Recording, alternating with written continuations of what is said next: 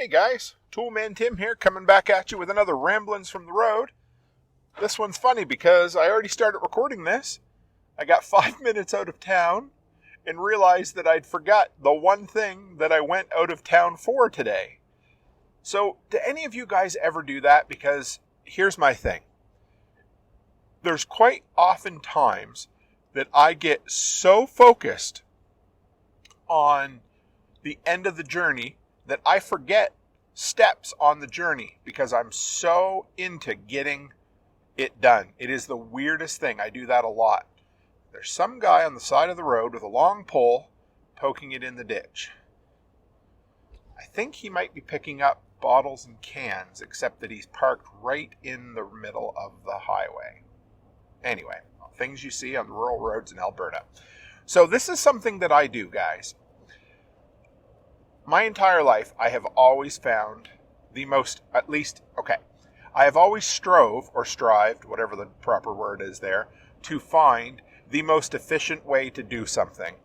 When I blow snow, every single property, I map it out in my head and I think, okay, if I take one less step here or cut this corner just a little sharp, or instead of backing up here, I do half this house, half that house, and then come back, I'm always trying to find the most efficiency. I'm sure, at this point, I've got it down to a science for snow, but I still switch things up and try. But here's the thing. In my constant struggle for efficiency, in my constant struggle for getting trips done in the exact shortest period of time, I quite often forget or quickly overlook some of the steps I was supposed to take on these long trips. So I don't know if anybody else does this, but today I had to go out of town. I had to go check on the one property, the furthest one out, that was boarded up. I had to come back to Wainwright, pick up a key for my ATV, and then do 2 drive-bys. So, of course, I went to the end of the journey. That makes sense. And of course, I went to look for the key for the ATV because Becky reminded me. Now, all this stuff is in my agenda book, but sometimes you forget. Then I'm like, well, let's gear up, get all my stuff ready to start recording my ramblings from the road, and let's make miles. So I get about 3 miles out of town as I'm recording, and I realize, well, shit, I didn't do either drive-by. 2/3 of the reason I went on the drive today, so I had to turn around and do that. That is how single-minded I can be when it comes to a destination, which can serve you for the better and can also serve against you at times. So, anybody else out there do that? Now, here's the next thing I've been thinking about. The routes that we take from one place to another.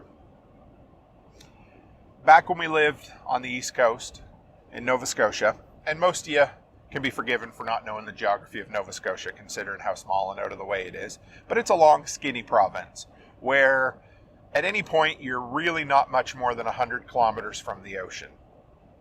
And we lived in a very rural area. We had, a Walmart and stuff, but if we wanted to go out of town for, say, Taco Bell or the theater or anything like that for the kids, back to school shopping, it was an hour in one direction or an hour and 20 in the other.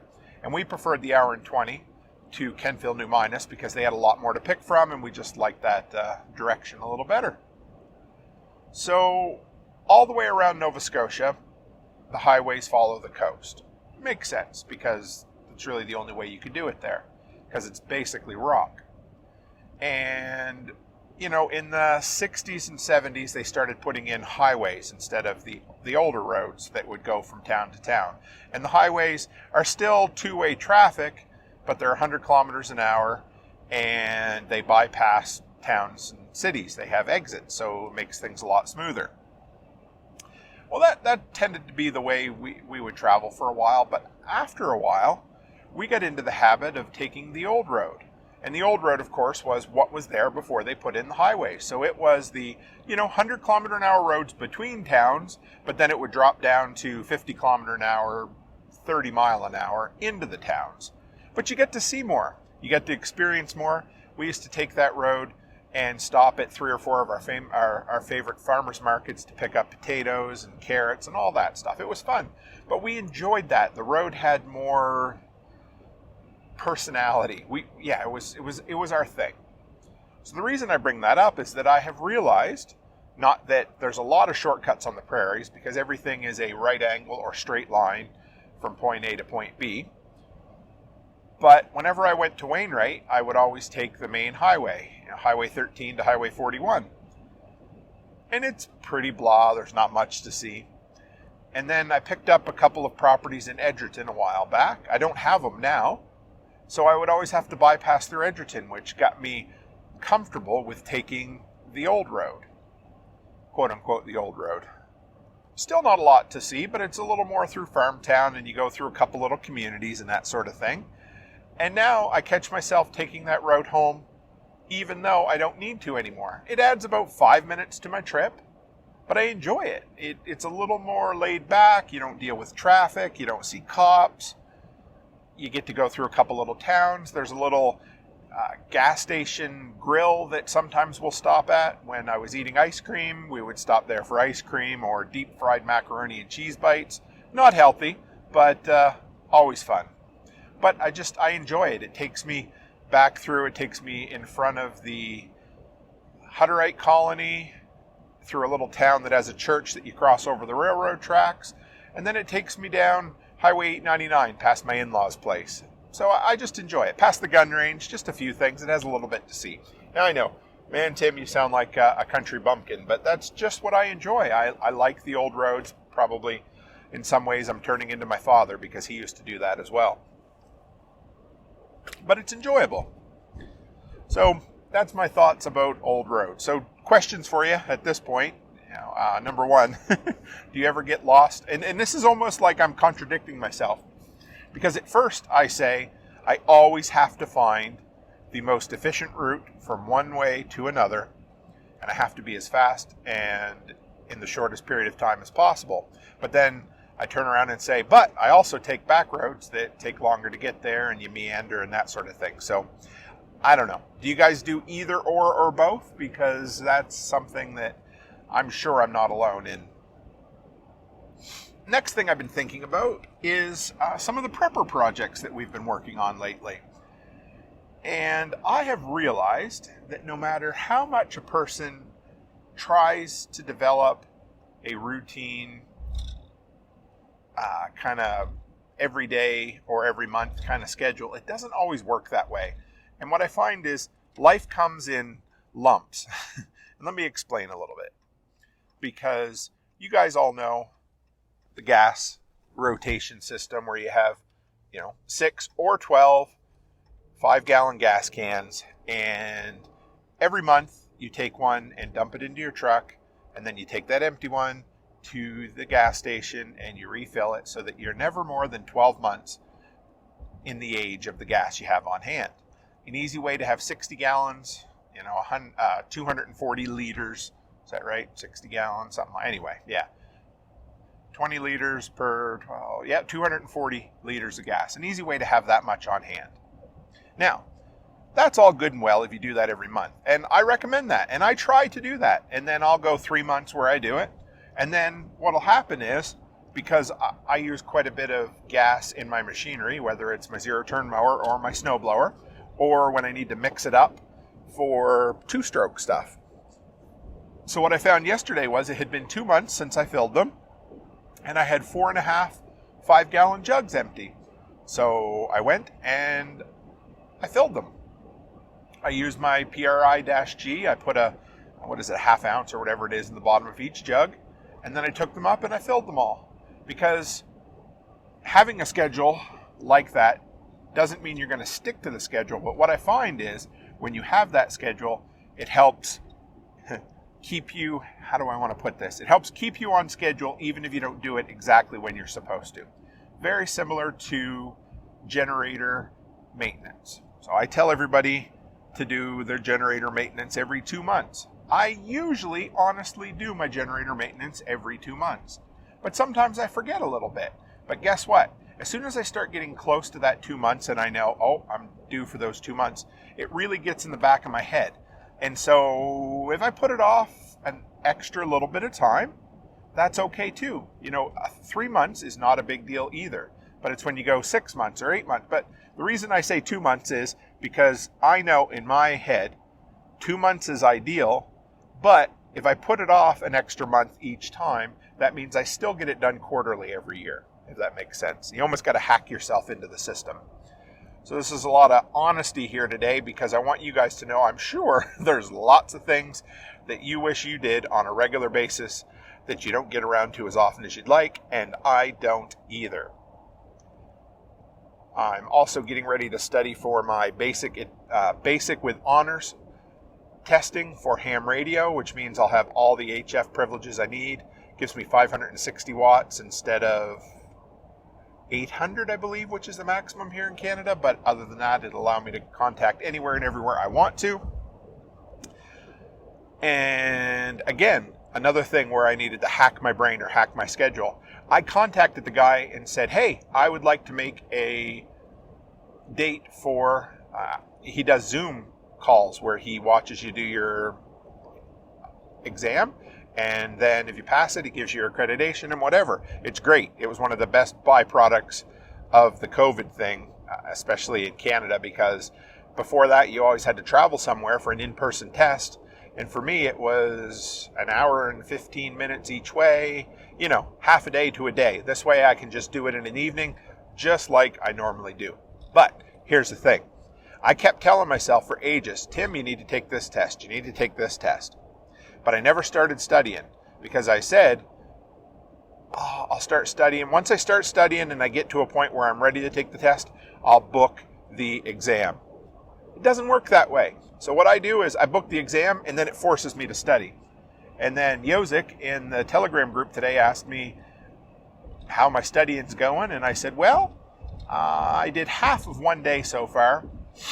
And I have 9 days to do it, so I need to get my ass in gear. So it turns out that there's 4 of us that are like, hey, we all need to do this. So we're going to create a little accountability group on Telegram and remind each other each day and kick each other in the ass if we don't get around to doing it.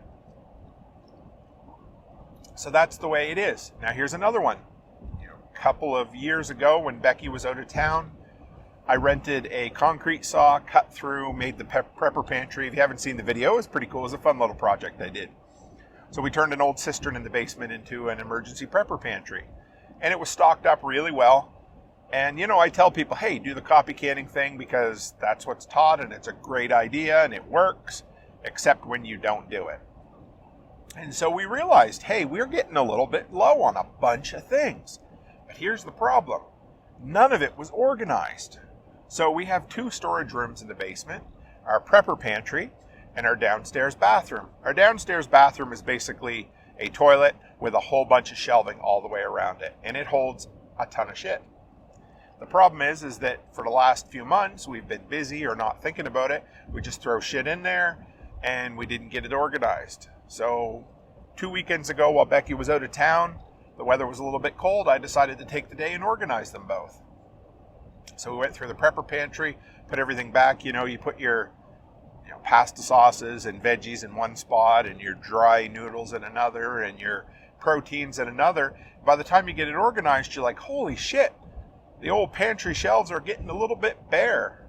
So our next step, which we have not done yet, is for her and I to go down together and to make a list and to get our asses back in gear. So again, I kind of had to organize things. These are some of the ways I kind of hack my brain. The bathroom was the same way. The bathroom's where we keep all of our Amazon subscription toiletries, all that stuff we've had on auto subscribe and save for years now. And so what I like about doing that is when you organize that kind of shit, you realize, oh, all right, we have 24 4-packs of Colgate toothpaste. Probably enough for the next decade. So off that comes off the subscribe and save for a while. We have quite a bit of Ivory soap. So instead of getting 2 family packs a month, I cut it back to 1. Now, what else was there? Oh, deodorant. We doubled up the deodorant a while ago because it was so cheap and we started stocking up on that. And we've got 2 or 3 years worth of deodorant for both of us now. So we cut it back. And then there was 3 or 4 items that I realized, wow, we really are just kind of living month to month on this stuff. So we need to up the subscription. So there was one thing, I think it was Swiffer pads was one thing that we seemed like we were always kind of running out of. And I organized them and I realized, man, we use a couple of boxes of them a month and we're only getting a box a month. Or maybe it was a box every 2 months. So again, guess what? I upped that, and that makes sense. That's the type of thing. That's why you do this kind of stuff all the time. And that's part of the reason why I put these systems into place, is so that when the systems start, quote unquote, falling apart a little bit, it gives you a standard to bring everything back up to. And that's what really helps keep me on my toes when it comes to that kind of stuff. Now, another thing we started last year, and this wasn't necessarily a system, but I don't know about you guys, but I am an absolute anal retentive list maker. Whenever I want to get shit done, I make a list. And so last year, and part of this came on to the fact that we had a well-established, well-rounded prepper pantry in the basement. So we figured, hey, the stuff we eat on a regular basis, we're stocked up on really well. And this was about the time that Russia invaded the Ukraine. So it had me on mind of, what can I do to up our preps? And so for a long time, for a few years, we had been thinking about really starting to put together a long-term dry goods storage system. And so if you guys saw me last year, we got into buying a lot of 5-gallon buckets with the screw-down lids on them and the Mylar bags and sealing them. We did really well. And so I calculated calories for a family of 4 for a year. And then we figured out all the access to all the dry goods that we had. We made a list of the things we like to eat the most. And then we made quantities. How many 5-gallon buckets of each thing do we need? And then we started packing it away and putting it away. And it's a really good project to do in the winter, because I find in the summer, I'm so busy doing outdoor projects, I don't think about that. So we got about half of it done. Half of it was in the budget at the time. And we used things like Costco Business Center. Actually, that was our biggest one. We ordered a ton of stuff from there. And we started sealing stuff up, and we realized we got about a half a year's worth of stuff. Now, that doesn't mean we have exactly 6 months of each thing, but what it means is we have a year's worth of flour, we have a month's worth of cornmeal. We got a year's worth of ground coffee, but we don't have any salt. So we're not there yet, right? And it would be cool if we did 6 months worth of everything. But what I find is I like to, if I'm going to put flour away, I like to buy all the flour and get it all done at once. So it's time to start stocking up on that. And we'll try to do that before Becky takes her trip to England, because if she doesn't, we might not get to it this year. So there's that. And the reason I kind of share all this stuff, like I said, is that these systems are great. They work awesome. But a step-by-step system that you implement and put in place, you don't have to be a slave to it, because life gets in the way. We had someone, I'm not going to mention their name, even though I'm sure they know who they are, in the Telegram group the other day, who said that instead of doing quote-unquote productive things, they spent the whole weekend with their grandkids and kids and woke up Monday feeling a little bit guilty. And I told them, hey, here's the deal. You did the thing you wanted to do, you needed to do. The feelings don't mean sweet shit all. The fact that you spent the weekend with your grandkids and kids is awesome. Going by a little sand dune right now, and there's 1, 2, 3, 4, 5, 6, 7, 8, 9, about 15 or 20 mule deers there, a couple with some big racks on them.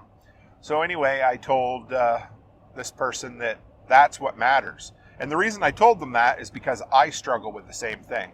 I'll spend entire weekends working on projects or business things that need to get done, and then think, God damn it, my girls are going to be 13 in May. How many more years do I have of them around the house? How many more months do I have of them where they want to hang out with me before they get annoyed with me? So, like I said, we put these systems into place to keep us accountable, but not to make us a slave to them. Because there's times, on Sunday this week that just passed, I decided my ass was going to sleep in. And I haven't done that in ages. And you know what? I laid in bed till 10 o'clock in the morning. And I laid there and I woke up at 9:30 and I thought, oh shit, look how much time I wasted. And I thought, no, I didn't.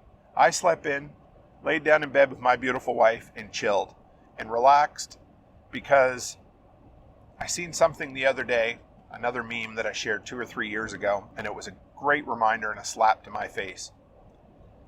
And it said what I think being productive is. And it said 100% hard work. And then it said what productive really is. And it split it down to like 25% hard work, and then equal parts family time, leisure time, rest, hobbies, all of that. And I was like, oh boy, if that's not a slap, because that happens. So that's my whole idea behind putting systems and things into place. And then I figured, hey, why don't I share just a few, I don't know if you call them failures. Nothing's a failure as long as you learn from it. If you repeat the same mistake multiple times, then you can call that a failure. But even then, if you learn from it, you're doing okay. But a couple of things that I did over the last couple of years that I called my prepping failures. And I don't know if it was from taking on too much or whatever it was, but the big one I want to share first is my attempt at bulk fuel storage. So I have the system, the Jack Spirko 12 5-gallon jugs of fuel, which you guys just heard me talk about. And that has been my system and has fared me well as I built it up from 3 to 6 to 12 jugs over about a 5-year period at this point. And a couple of years ago, I heard Jack do that episode where somebody wrote in for either the expert council or a community feedback episode, and they said, hey, I just got a 100 or 200 gallon tank from the local farm store. They deliver automatically. I get a discount. They basically lease me the tank for nothing. It sounds like a great idea. And at the moment, I'm like, well, shit, that is a great idea. And I had all these, I said, I'm going to get a tank and I'm going to store it. And then I'm going to get, maybe I'll make a mobile tank so that I don't have to, shimmy around fuel storage rules for in town, because I found out, okay, well, the farm place doesn't deliver it. And then I got looking, and so I really, really wanted a tank. I found a nice 100-gallon tank online, but it was a friggin' 3-hour each way trip. So it was basically a 7-hour round trip to go pick up this $150 fuel tank, which was absolutely stupid to begin with. I went to pick it up. It had been sitting outside for a while. I asked the guy, I said, hey, is it in good shape? Oh yeah, great shape. I had fuel in it last year. I get it home, and the goddamn thing has 2 or 3 pinhole leaks in it. The guy anyway, my own fault. I should have taken more time to look at it. It'd been sitting on the ground for a lot longer than it should have, and some pebbles, tiny little round pebbles, worked their way up through. So that was the first thing. I get that home, I start washing it out, and I realize I got 1 of 2 options. Number 1, I turf this thing, start over, chalk up the $150 plus the day's trip as a lesson in stupidity, or I decide to try to patch it or weld it or whatever. So I decided, well, let's try to patch it. So I bought some of this patch for metal fuel tanks at the automotive shop. Didn't work at all. Tried to clean out the inside. It was so full of gunk that I think I would have had to take it and had it sandblasted. So that didn't work at all. So now I'm stuck with a $150 boat anchor that's no good for nothing, sitting in my yard. So you would think, well, what do you do, Tim? Do you cut your losses? Nope, I doubled down. So about 2 weeks later, I'm heading to Lloydminster, the closest city, and I see there's this really well-to-do farm up there, and the guy has a yard sale. It's not really a yard sale. It's a guy who has some really nice stuff that he's cleaning out his shop, so he puts 5 or 6 items out to the highway and says, drop in to see me. So he had a beautiful 100-gallon fuel tank up on stilts. Came with a stand, came with the tank, came with the gravity-fueled pump, a filter, everything you need. Okay.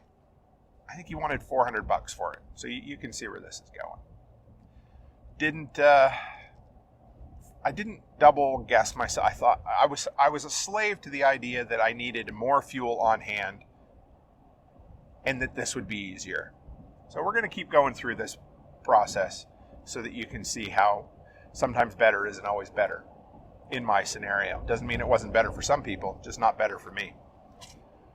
So I'm driving by, I see it, I'm like, oh shit, I don't have any cash. So I stop in to see the old guy and I said, hey, I'm going to bring my trailer back up tomorrow. Will you hold it for? Oh yeah, no problem. So he held it for me until the next day. I went back up the next day with truck and trailer. He helped me load it on. The thing was damn heavy. I get it back. I pressure wash out the inside. I spend hours sanding the thing down. I spend hours painting the thing. Then I clean it out some more and clean it out some more. And there seems to be a little bit of gunk left in it. But I said, nah, that should wash out. And the filter should catch it. So it turns out the filter was a water filter, something I didn't know. It wasn't a sediment filter. So I then proceed to figure, well, okay, where am I going to put it? I said, well, I'm going to put it in the garage because I don't want people to know I have a 100-gallon thing of gas. So I put it in there and the thing has a vent on it. So whenever it gets hot, it expels the fumes. Well, you can imagine how dangerous that is and how stinky that is. Well, that didn't work for very long at all. But I had taken the other thing. How am I going to fill it? It's not like I can haul it anywhere because it's stationary on a stand in my garage. So I took the 5-gallon jugs, dumped them all in there. And then I figured, well, how am I going to do this? So then for a couple of months, I would go fill a 5-gallon jug, bring it back, and dump it in there. And I thought, this is absolutely foolish. I am wasting so much time. Why am I doing it this way when I was already filling 5-gallon jugs anyway? Basically to just have an extra 40 gallons worth of fuel. So I wasn't even doubling my fuel capacity at this point. So that tells you something. But again, I was married to the idea. It seemed like a good idea. I told Becky and she just kind of rolls her eyes, shakes her head and says, yes, honey, I know. So you'd think at that point I would say, well, something's wrong. I can't do this. No, I didn't do that. So what I did do was I started using the fuel. And it's just gravity fed, and I couldn't get anything to come out of it. And I thought, man, this is weird. It shouldn't be like that. So I checked the filter, and it's 100% clogged up. So then I have to order a new filter assembly on the internet for sediment because the guy had used diesel in it. It got old. It got gelled. I didn't realize this. So I start filling up my zero-turn mower with it because I'm stupid. Thinking, oh, this is great. I can just back up, gravity feed it, don't have to use a 5-gallon jug anymore. I love it. Fill it up, hop on the zero-turn mower, start her up, and head down to the local computer shop that I have to mow. It's a block and a half away. Runs fine till I get there, go to engage the deck, and as soon as I do, the whole thing just dies. And I go to turn it over and nothing. I'm like, what the hell's going on?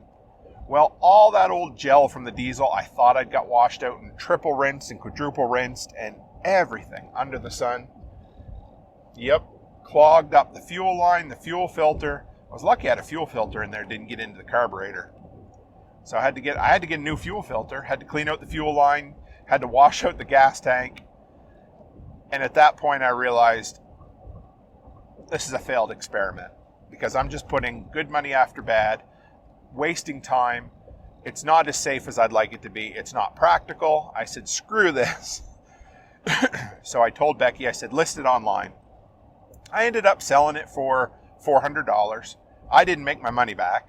I made the money I spent on it originally, but I didn't get the money I spent for something like 50 flapper discs to sand it down. All the paint that I painted it with, the extra filter that I had to buy an assembly, the $150 that I didn't have because I bought that first tank and lost it, about 3 5-gallon jugs worth of fuel that I had to dispose of because it got contaminated. I couldn't siphon the other stuff out. I didn't have all the time I spent on it. So there's no way I can justify to myself that was even a break even. So sometimes I need to stop and think about these projects that I'm working on and think, is bigger always better? Because guess what? In order to fill that thing, I had to climb up my 6-foot step ladder with a 5-gallon jug in my hand and dump it into the top of that tank. I kept looking for a good DC powered fuel pump. Nothing was recommended for use with gas because of fumes and volatility and all of that. So I basically took a dead fucking simple system of 12 5-gallon jugs that literally took me 10 minutes a month to handle, to a system that had way more moving parts, way more chances for failure, way less convenient, way more work, way more money. Let's chalk it up as a learning lesson. So now when I get an idea in that like that, I try to force myself to wait a little while, because bigger isn't always better. And you think, wow, I would love to have... No, maybe you wouldn't, because you have a system that works really, really great. And guess what? If I really want to, if I wanted to get absolutely insane and I wanted to nearly double my fuel capacity, you know what's way easier for me? Just add another 12 5-gallon jugs. Because really, when it comes down to it, $20 per 5-gallon jug, go buy 12 more of them, $240 to go get 12 more 5-gallon jugs. 240 liters, at $1.25 a liter, you're looking at, $350. So for $600, I could have had more extra capacity than what I had with that on the exact same system that I'm used to. Much simpler. But you know what I realized? I'm okay with 60 gallons worth of fuel storage on hand, because I've gotten absolutely anal about not allowing my truck to go below half a tank. I'm trying really hard to get Becky there. She knows it's important. She tries to remember. But what normally happens is she messages me at work and like, hey, honey, my gas light's on. And she knows that I will gladly take it up and fill it for her. So look at ways to make things simpler, not more complicated. And just because something works for somebody on a farm that has room and a way to get it pumped in doesn't mean it's going to work for you or me who lives in a municipality or a town with neighbors on either side who can't get it, all of that. So there it is. I ended up selling it. I had thoughts of turning it into a mobile fuel station, but I looked at it, and to get one of those DC fuel pumps that you put on the back. So what I may end up doing someday, and it won't happen now, but what I wouldn't mind doing is if I end up getting an extended box truck at some point, if I ever replace the one I have, I'll get a slip tank on the back that holds 100 gallons or 50 gallons and put one of those pumps on there. It'll be a couple of grand to do it, but it'll be there. It'll be permanent storage that I can cycle through. It'll be easy to handle. But until then, we're going to call that stupidity and we're going to move on from it. So that's why we have systems. That's why we make lists. It's why we have steps for certain items. It helps us get through. It helps keep us organized. And like I said, bigger and new isn't always better. So that was the absolute epitome of a ramblings from the road. I covered 3 or 4 different topics that all loosely based together. I hope you enjoyed it. I believe this episode's probably going to come out on Saturday because I'm going to have to reschedule my Saturday live stream, or cancel my Saturday live stream because the girls have a last minute basketball tournament a long ways out of town. So I'm looking forward to going with them. It's going to be a lot of fun, but changes things up. So this is what this is for. So I hope you enjoy it. I look at my fuel tank and I'm at about 5/8 of a tank. I'm about 15 minutes from home. So I'm going to pull in and fill up the gas tank when I get to town, because that is what we do. So guys, that's it for me this week. As always, stay happy, stay healthy, and have a great week.